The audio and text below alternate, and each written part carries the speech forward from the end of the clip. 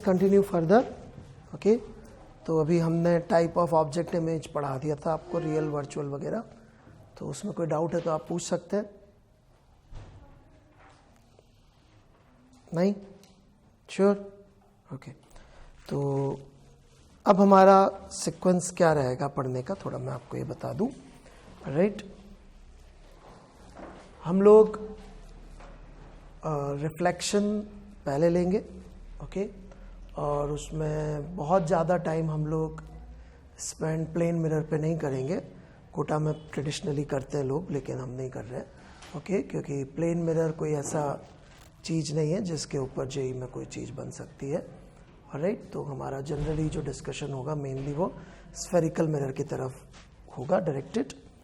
और spherical mirror के बाद हम लोग रिफ्रैक्शन लेंगे, और रिफ्रैक्शन में हम लोग थोड़ा सा सीक्वेंस अपना ऑल्टर करेंगे।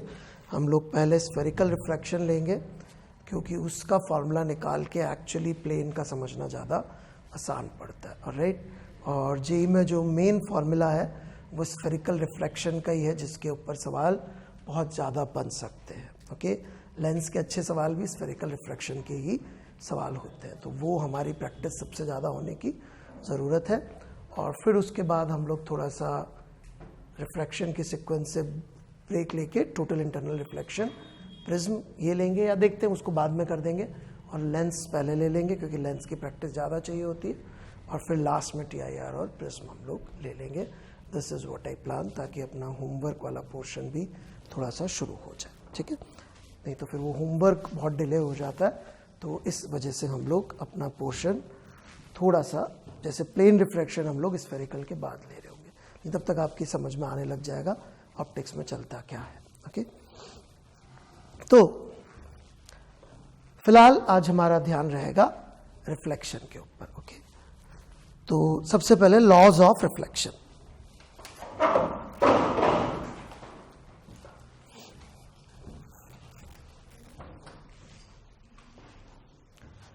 Laws of reflection.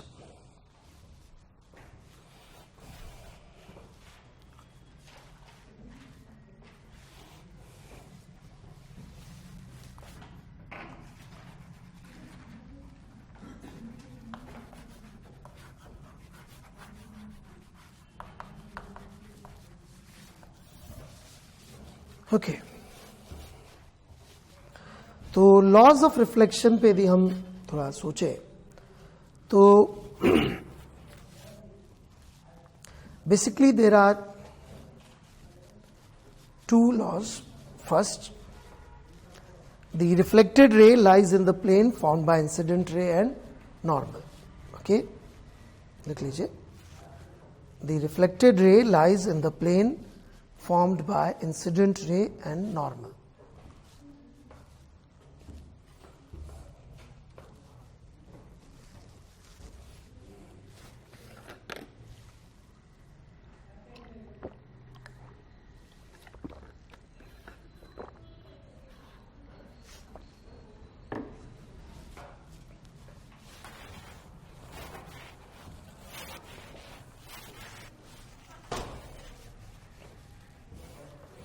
इसका क्या मतलब है?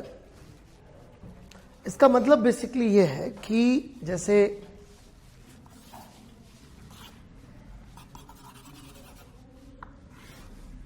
ये एक सरफेस है, ये नॉर्मल है, ये इंसिडेंट रे है, तो जो रिफ्लेक्टेड रे होगी वो ऐसे नहीं जा सकती,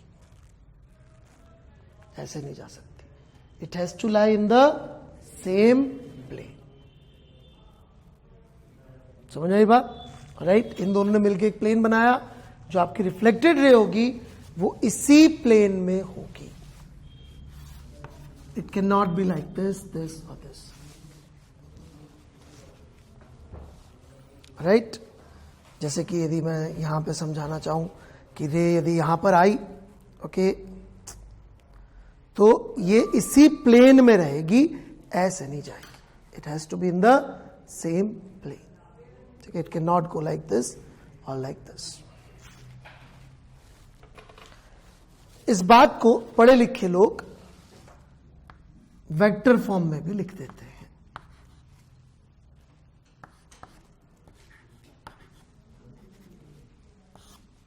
हालांकि अभी आपने इतना वेक्टर नहीं पढ़ा है, नहीं तो वेक्टर में तो ये बेसिक रूल होता है 3 वेक्टर्स के कोप्लेनर होने का।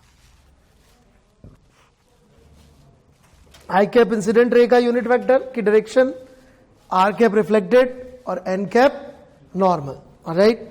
तो can you tell me how is this saying the same thing?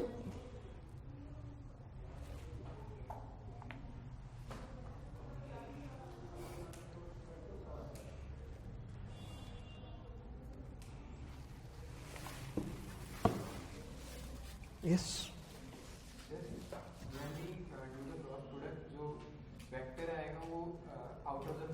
यदि ये अपना आई कैप है और ये अपना एन कैप है तो इनका cross product out of the plane आएगा, राइट? और जब अपन उसका डॉट प्रोडक्ट करेंगे तो वो 90 डिग्री है तो इसमें से 0 हो जाएगा। यदि आर कैप इसके परपेंडिकुलर है तो इसके प्लेन में भी है, नहीं समझ में आया? आई क्रॉस एन, आई और एन के परपेंडिकुलर प्लेन में है, और यदि हम इसके वापस परपेंडिकुलर जाएंगे तो कहां पहुंच जाएंगे? आई और आर के एन के प्लेन में। तो यही कह रहा है कि आर कैप आई और एन के प्लेन में लाई करेगा। पढ़े लिखे लोगों का तरीका इस बात को कहने का कि they are in same plane, ये नहीं आ समझ? पक्का? बढ़े आगे? श्योर? तो ये मैथमेटिकल तरीका है उस बात को कहने का। ओके, क्लियर है? Second law of reflection, angle of incidence formed with normal is equal to angle of reflection formed with normal. Angle of incidence formed with normal is equal to angle of reflection formed with normal.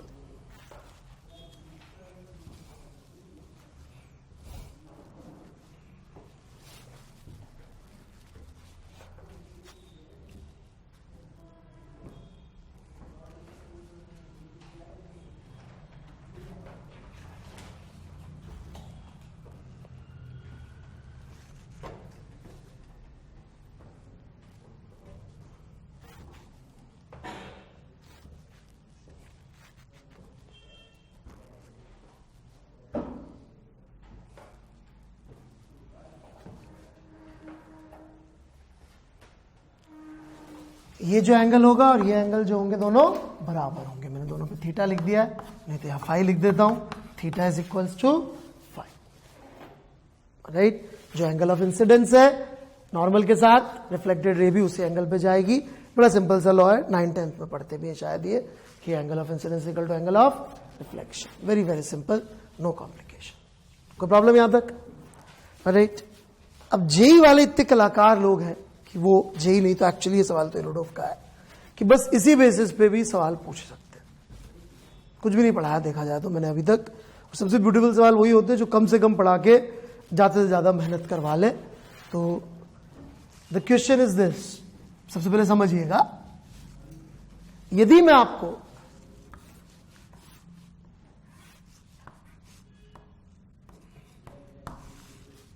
ये रे दे दूं तो क्या आप reflected ray बना सकते हैं कि नहीं बना सकते? बना सकते हैं। आप यूनिकली रिफ्लेक्टेड रे बना सकते हैं इस बेसिस पे कि इंसिडेंट रे कौन से एंगल पर आई, कौन से एंगल पे गई, कि नहीं बना सकते? पक्का बना सकते हैं। ऑलराइट, लेकिन फिजिक्स में होता बस एक ही चीज है, सेम इंफॉर्मेशन अलग अलग तरीके से देते हैं। ऑलराइट, अभी हमने ये इंफॉर्मेशन दे दी कि ये इंसिडेंट रे है, ये एंगल है, ये हमने चित्र बना के आपको दे दिया, फिगर बना के दे दिया, ये इंसिडेंट रे, ये नॉर्मल, और अब हमने आपसे बोला रिफ्लेक्टेड रे बना दीजिए। ये हमने फिगर की भाषा में सवाल पूछा तो आप इजीली बना देंगे, डी लेंगे, कुछ भी लेंगे और 30 डिग्री एंगल बना के आप बना देंगे कि ये लीजिए given this I made this. यदि मैं आपको सवाल लैंग्वेज में पूछ लूं कि भाई 45 डिग्री का एंगल बना रही है इंसिडेंट रे, तो बताइए रिफ्लेक्टेड रे कैसे जाएगी? आप बता देंगे उसी प्लेन में जाएगी और 45 डिग्री पे जाएगी, राइट? लेकिन इसी सवाल की यदि मैं भाषा चेंज कर दूं कि ये इंसिडेंट रे का यूनिट वेक्टर है, ये नॉर्मल का यूनिट वेक्टर है, यहां पे मैंने बना के दिया था, मेरी बात समझ रहे हैं आप?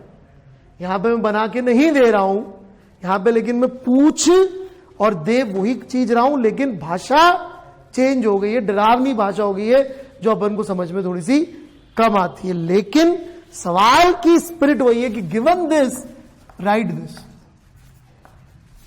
आप ये नहीं कह सकते कि क्वेश्चन अलग है। क्वेश्चन वही है कि यदि मैंने आपको इंसिडेंट रे और नॉर्मल दिया है तो बताइए रिफ्लेक्टेड रे क्या होगी। हमको बताना आना चाहिए कि नहीं आना चाहिए? आना चाहिए। क्या हर भाषा में आना चाहिए? हाँ। That is the only play J will do. जिस भाषा में आपको आता है उस भाषा से अलग भाषा में बात वही पूछ रहे। Proceed. Write r cap in terms of I cap and n cap. Your solution should look something like this. R cap is equals to something done with n cap plus minus dot. I don't know. It should be some combination of I cap and n cap on this side and r cap on one side. Right? करिए कोशिश.